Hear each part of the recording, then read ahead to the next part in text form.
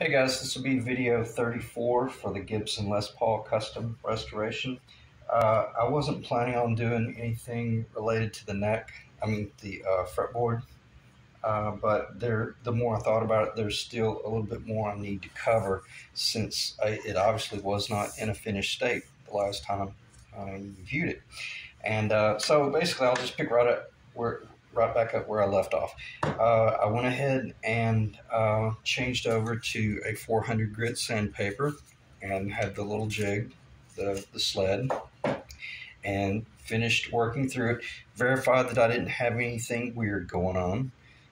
Really took the time. I actually took it off the jig and took the micrometers and really started miking it and making certain everything was very consistent. You check the video.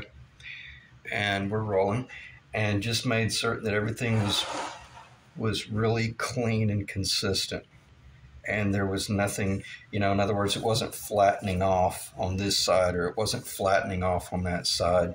Because if you made a mistake on your jig, or if, like I said, when you were putting your jig together, you failed to tighten one of the screws properly and that little leg got kicked or cocked or something, it could really ruin your job. So you can trust your tools, but make sure that you've got them in full operational mode. So it turned out as expected. It's pretty much perfect. And the way you can tell is before I started doing that major mass sanding right there, I came in with an extra little block and I added a dimension to it. And I'm not going to start explaining that, but whatever that block was, if that block was 4 millimeter thicker than the neck, then I wanted to see 10 millimeter. Make sense? I wanted to see 10 millimeter. Why? Because I got this wild binding running high on this side. I couldn't reach up in here with a flat without possibly, it might have worked, but I might have got an interference there, and I didn't want to take that chance. So I verified all the way down that I was maintaining that quarter of an inch or 6 millimeter, just slightly over 6 millimeter thick fretboard. It did not change a bit. So even though the sandpaper was floating a little bit and kissing that mother of pearl, it wasn't doing any damage. It wasn't doing any. It was not doing any sort of irreparable scratching. It was scuffing it a little bit, but it had not been finished sanded yet anyway, so that didn't bother me too much. But it was a good time to pause and make certain that we weren't making any mistakes, or I wasn't making mistakes. So on that note, it's perfect. Still, our perfect dimension, everything. So what I'm going to do in this video is just briefly show you what I would do after I got it to the next step. So, we're bolted down to our jig, and we're doing the whole sanding, or I'm doing the whole sanding thing, and I've got it taped down here, maintaining perfect center. And I'm not going to do this because I've pretty much got this finished. I don't want to touch it. I don't want to risk scratching it, but I'll just let my hands run. So I'm obviously doing the final shaping, and I'm literally just watching everything that's going on. I'm trying to catch my finger, and if I'm catching my finger, and I've still got just a very small amount right there, and I'm going to show you in a minute how you deal with that. Well, let me finish. I did all the finishing, got it down to that point, and then after that's all said and done, pull it off the jig, do all the cleaning, hit it with compressed air, vacuum it, check it, wipe it with thinner. And then what's going to happen, I forgot about this, but I had mentioned it in several videos about don't be careful using sanding blocks, because if you're using sanding blocks, there's something weird about the sandpaper, probably just because of the thickness of the paper. It tends to round off edges. And even though I've got a perfectly square block, if I put this sandpaper on that block, even like that, with that real sharp edge, and I come up here and I start sanding that, even though I know I'm being careful about not sanding off the radius, there's something strange about the the softness of the paper will kind of conform to that edge and it will round it off. So I knew to stop a little bit early and come in with a razor blade. I know this is not flat, but the radius is so flat that I can run the razor blade on about a 45 degree angle, and I'm going to ride along that ebony, and I'm going to shave off just a very small amount of the ABS. And I can feel it catching just a little bit of ABS. Not enough to even scar it. But if I wanted to start tilting that and hit a little bit more, well, I shouldn't say that. Don't do any tilting. If anything, turn the razor blade a little bit more, and it will make a more aggressive cut. Because right now we're riding high. We may be riding up on a high spot here, and at a point on the radius, whereas we need to get right down here to the edge. But be careful, because you'll lose your job. You'll lose the bond. Just keep it on a very sharp angle and run one or two clean cuts, real clean passes, and you can almost feel the difference between cutting ebony versus cutting the ABS. And you can even see, I hope you can see that in the camera. You might not be able to see it, but let me see if I can take advantage of that. Yeah, you can. See how the razor blade scored the ebony a little bit? It didn't score it. It just kind of made an imprint. If you try to do all that with sandpaper, it's very, very unlikely that you're going to get a rifled precision straight line. And how do we verify that the reason I'm bringing this up, and the reason I wanted to do this additional video, is because the way we're going to be doing these frets, I have no idea if that's showing up. This is very important.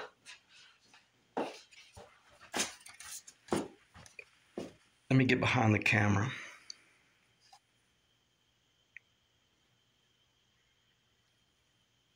Can you see the little overhang? That tang had to be nipped back so that the tang can go down in the fret slot, but then the crown overhangs the man, I hope that was showing. Oh, the crown overhangs the white. This is fairly wide, but some of it's going to get cut off, because not much, but a little bit of this is going to get cut off. And rather than doing the whole nib thing where the fret, I'll just use the gold. See, that's square. Rather than just running that fret up to the edge of the ebony and allowing the binding to ride high and then get shaped, that's just what it is. But if you're building a truly professional guitar, no one does it that way. Not knocking anything, but I was pretty clear with the owner that I'm not going to be doing stuff like that. That's just, not that I'm arrogant, but I'm just not going to do it. So basically what they're doing, they're stopping their fret right there, and they're allowing the binding to ride high. I think they call that a nib, whatever it's called. It's not very attractive. So and why did I bring all that up? Because it is bar none critical that we have that right there. And I hope that shows. Let me slow down. I'm going to get behind the camera because this is so important. In other words, there's not, and I'm going to exaggerate, there's not a gap. And if you put this 12-inch radius in line, we know we're not cocked or nothing crazy is going on. We're perfectly in line, and we flip that over. We're perfect on that side, and we're perfect on that side. I hope it showed in the camera. But where I'm going this is, what does that tell us? That this radius fret is going to cantilever perfectly. The crown is going to cantilever perfectly over the binding and not have any sort of gaping hole out here once it sits on the binding. So anyway, a lot of information there, but that's what I meant by proceed with extreme caution when you're blending this binding into the ebony, because if you start trying to use files, you just can't help it. Sometimes you make a mistake, and if your file kicked a little bit, you'll lose that 1/10,000th of a thousandth that you needed to have a real nice join on your fret. Okay, so what I'm going to do, so I talked about that, and I talked about the blocks. I'm going to get that off the table. And then what would be the next thing? Now that we know that we've worked it down, and we've taken our razor blade and we've really verified that we're clean and true, and that we maintained our 12-inch radius off the ebony onto the binding, and we need to stop. We know it's perfect, it's finished, other than maybe we scratched our mother of pearl a little bit. So what's next? It's time to do a little bit of wet sanding. And typically, when I wet sand, I'll put a little bit of Dawn dishwashing detergent in that. But this is worn out 400 grit sandpaper. And I'll start showing you what I do. Typically, I would put a little bit of Dawn detergent. Let me see where I am in the camera. And but I don't want the Dawn detergent to contaminate the fret slots. Am I worried about the fret slots getting wet right now? Nope, because I'm not doing frets tonight. All I want to do, and I am not sanding anywhere near the binding. Bar none, I'm staying. Basically, all I'm doing is I'm finding the mother of pearl under my finger, my middle finger. I'm doing every bit of this sanding with just that one middle finger. And I'm making certain that and I'm doing swirl sanding. Am I in the camera okay? I may not be able to, you may not be able to see much of what I'm doing. Let me just see if I can do it from over here. But I'm just making certain that there aren't any scratches in the mother of pearl. And then maybe I'll do just that right there and then stop. Don't get ambitious with your sanding. And I've already done this a little while ago, so it's pretty much finished. There's not much water here at all. And then I just connected them, right? See what I just did? And I'm going to put a little bit too much water just then, so I'm going to carry that water up there a little bit so it's not overly saturated. And I'm not going to get crazy and panic and grab the heat gun and try to heat this, because you'll start distorting things.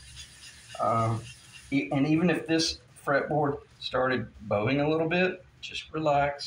It'll revert back to where it's always been in its dry place. I'm going to shake that. I hope I didn't get water on the camera. So if you see what I did, now that I'm getting up here to the larger mother pearl, I'm just working that corner. I'm working it over to this corner. I'm not getting into the ebony, because it doesn't take much to start losing that profile of our radius. And then I'm going to connect it, shake the water off, go up to the last mother of pearl, and I can hear that one. And I knew that one was a little bit scratched. Not scratched as much as just, it had microscopic little scars in it. And you can hear when the mother of pearl smooths out, it just gets much more. Now I connected them. I'm not hitting the binding. Now what I'm going to do at this point, dry paper towel, get it dried off. Get it dried off. Maybe get some of that water kicked out of there. Don't hit it so hard that you crack your mother of pearl, but you know, just be careful. And then let's put it in the camera and see what it looks like wet, while we get to see some real pretty dark wood. It's really beautiful. Very nice. Sorry about all the junk in the background, but I try to keep that as clean as possible. And you can see how quickly it's drying. And if you see some moisture there in the frets, just kind of pat it out.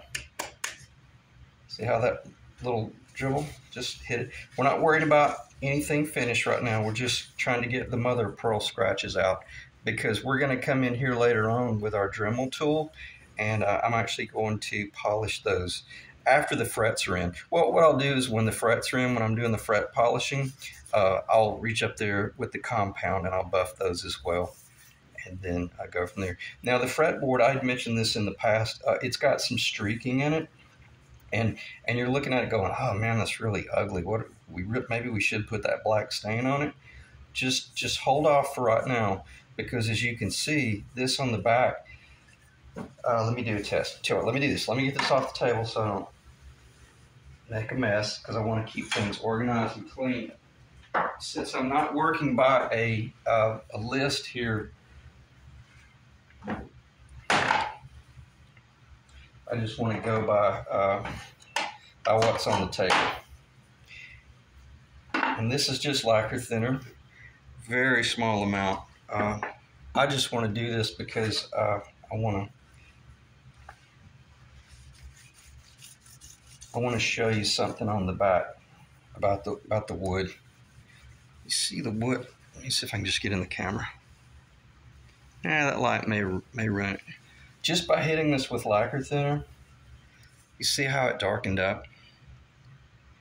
And where I'm going with this is, after this fretboard is finished, just by doing one oil treatment of like mineral oil, or I will do some lemon oil if the owner wants it. I think he had mentioned using that before, but a lot of the pros say just use mineral oil. But this fretboard, I don't want to do it over here because it's wet, and I don't want anything weird going on with the wetness that I just created and then putting lacquer thinner on it. So you can see how much it will change. Then you get the oil on it. Wow, I mean, it'll just really darken up. If he still doesn't like it and he wants it to be jet black ebony, they can do that later on. So we'll leave it at that. All right, what else do I need to discuss before I move on? I already mentioned coming in with the calipers. I don't know if this is going to show on the camera. If it does, that's cool. You can pause it and enlarge. Over 6 millimeter. When I say over, I mean just barely over the line. I hope that's in the camera. I'm not even looking at the camera. 6 millimeter. Where I'm going with this, our little $20 cowboy jig saved the fretboard, and it made our job so much easier by trusting that little tool. Once we got our tool set up, our jig set up, we could relax and do this fretboard and not have any fear of making a mistake. And before I'm going to digress briefly and mention that if you're doing this for a Strat or a Telly, and you do the 25.5-inch scale, you typically the fender scale, if I'm not mistaken, they're compound radius, but I don't know if the vintage scales, like the 7-inch radius or 9-inch radius, they might have not been compound. So proceed with caution if you're going to build a Telly neck. If you are going to build a Telly or Strat neck to learn how to build and then to eventually sell, just make certain that you explain to your client what the radius is. Just let them know that it's a 7-inch radius per vintage 50 specs. But do your research there and find out. I don't think those were compound radius back in the 50s, but I could be wrong on that. So I don't have all the answers. All right, what else? Frets. Should have talked about frets. I'm going to talk about frets just enough that we had to do all of this work. Where are we in the camera? We're at 19 minutes, and I'm going to try to keep this one really short as possible. I'm going to talk about frets just long enough to mention, I've already talked about the overhang, and let me think for a second. Probably the only thing I need to talk about the frets. Don't rely on my video series to prepare you for doing fret work. If you've never done any fret work before, there's a lot of different ways to do fret work. You could press them in, you can hammer them in, you could build a little thing like this and put it on your drill press and take your drill press and and press them in. I tried that once. It didn't work very well for me. I like the feel of hammering them in. I keep grabbing for this fret, but I've got sticky tape down there because this is one of the ones that I pre-cut. I like the idea of just having them on a very solid, rigid surface, and then I hammer them in. I watched Benedetto do it enough, and he literally fretted a guitar fretboard and just, oh man, it was probably within 30 minutes. He did the whole fretboard, and it was so cool how he did it. I'm not going to demonstrate it here because I don't want to make it look easy, and you get out there and you beat your fretboard up. So study your videos. Maybe go on StewMac. They may have some videos about doing fretting. But what I am going to talk about doing fret work, I epoxy my frets in. And the first thing most people think, oh man, what are you talking about? Why would you do that? You load it full of epoxy? No, I do my epoxy, and I've even jet glued them in. And this is not just me. A lot of guys do this because primarily for the tonal aspects of it, you get a much brighter connection between once the string lands on that fret for a particular note, then you get a better transfer through the fret into the fretboard if it's glued in slightly. And when I'm talking about glue, I'm not talking about this whole pocket being full of glue. When I epoxy in a fret, this is going to be extremely time consuming, but let me think. I'm not now, but when you're doing this work, I don't want epoxy all over my wood. So I'm going to come in here. Let me just do it off camera because it's in front of my face.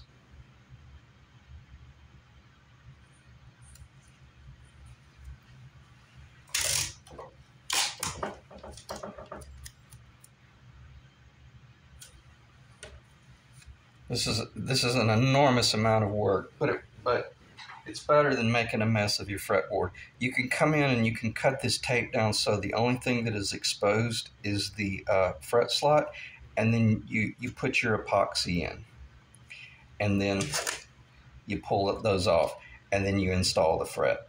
Now, when I talk about putting the epoxy in, I'm talking about just on the tip of the toothpick and working it kind of side to side. Do not let the epoxy build up in the bottom. I only want the epoxy to get into the end grain of the fretboard. I don't really care about epoxy. I do not want epoxy filling the bottom trough. Why? Because I've got to have somewhere, just the way we put our neck in, and when the neck tenon went up into the pocket, I failed to mention in that video when I was doing the sliding, any excess epoxy that's unnecessary is pushed to the path of least resistance and exits. But in this case, if you've got too much epoxy in there, the fret is never gonna bed. It's never gonna bed. You would be far more wise to not put anything, meaning no chemical at all. Just hammer the frets in dry, because that's how they've been doing it since the 30s or the 20s or whenever they started fretting guitars on a mass level. They didn't have these chemicals, so just do a ton of research on that and determine whether or not you want to do a little bit of jet glue. If you are working with jet glue, remember, don't use the thin stuff. You make a mess. Maybe just do the thick and work that in with a toothpick. That's one of the primary reasons I wanted to do this video, because I wanted to bring up the whole aspects of all the different ways you could do your fret work. And I can't think of anything else I want to talk about frets, because if I do, I'll just go off the rails. So I'm going to push those to the side and tell you what I'm going to do. I'm going to look at the camera, and I may spend a little bit more time talking about the guitar. Yeah, I do need to do this because I want to talk about target overhang. So let me get this off the table. Everything off the table. Give me 1 minute.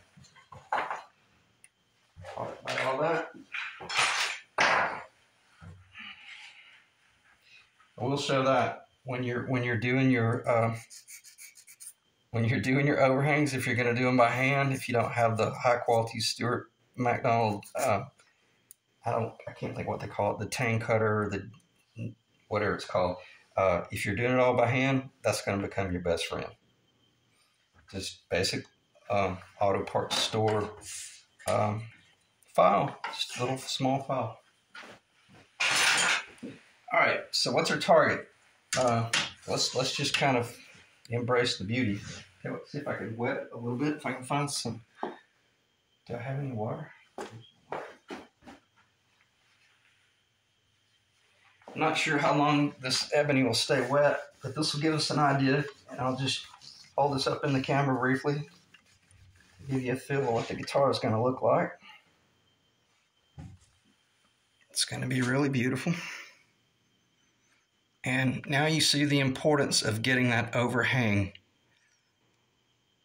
the proper length, because if you can see, I hope you can see that. That's the 16th fret in the positively exact location that it is supposed to be. And I'm going to hold the guitar with my knee, and if I'm going to exaggerate, if I was too short on my overhang, I'd have a gap. If I was too long on my overhang, I'd have to remount the pickup.